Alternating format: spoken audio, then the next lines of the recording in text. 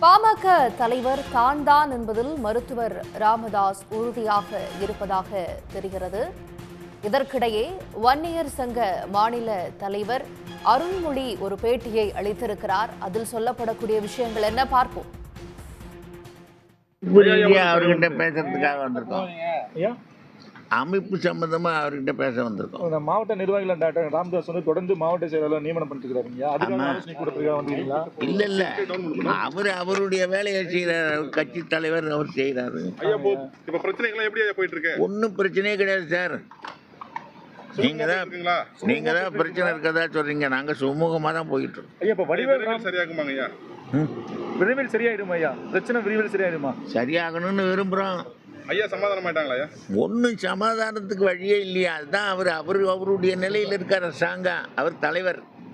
ஐயா இப்ப அன்புமணி வந்து பாப்பாருங்களே, அதுக்கு வாய்ப்பு இருக்குங்களா?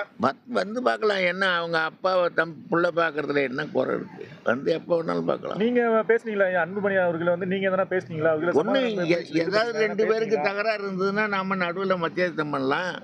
அப்பா அம்மாவுக்கு உள்ள நடக்கிற பிரச்சனை இல்லை, நாம என்ன மத்தியஸ்தம் பேச வேண்டியிருக்கு? அவர் பாட்டுக்கு அவர் எப்பயும் அவர் வீட்டுக்கு வர வேண்டியதான். அவர் தான் செல்ல பிள்ளை. அவர் வர வேண்டியதுதான், பார்க்க வேண்டியதுதான். ஒன்றும் பிரச்சனை இல்லை சார். சங்கத்தில் என்ன மாவட்ட நிர்வாகிகள் நியமனம் பண்றீங்களா நீங்க? ஆமா, இப்போ நாங்கள் போடுறோம்ல. இப்போ புதுசா மாவட்ட நிர்வாகிகள் அதுவும் மகளிர் சங்க மாநாட்டுக்காக நாங்கள் போடுவோம். எவ்வளோ பேர் நியமனம் பண்றீங்க வன்னியர் சங்கத்தில் புதுசா? எங்ககிட்ட 120 பேர் இருக்காங்க சார். அதில் இவங்க யார் யார் சரியில்லையா அவங்கள திருப்பி போட்டு வேலை வாங்கணும். நீக்கிறதுக்கு என்ன வாய்ப்பு இருக்கையா? யார யாரையுமே நீக்கிறது இல்லைங்க. நாங்கள் தானாக தான் நீங்கி போடுவாங்க.